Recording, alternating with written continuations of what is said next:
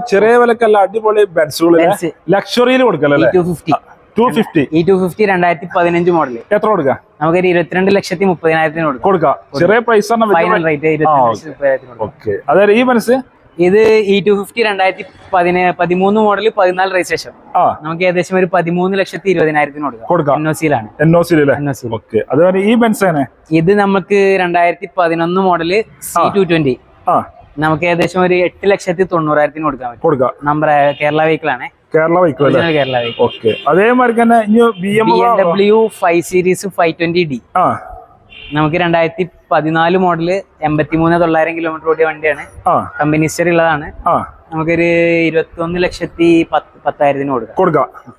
അതേമാതിരി വീണ്ടും 2013 model 3 സീരീസില് 320D വരുന്ന മോഡലാണ്. നമുക്ക് ഒരു 12,50,000 കൊടുക്കാം. അടുത്ത തന്നെ X1 അല്ലേ? X1 കേരള വെഹിക്കിൾ ആണ്. ഒറിജിനൽ കേരള. ഇത് 2012 മോഡല് ഒരു 8,60,000 കൊടുക്കാം. അതേമാതിരി Audi Q3 2013 model 14 registration vehicle.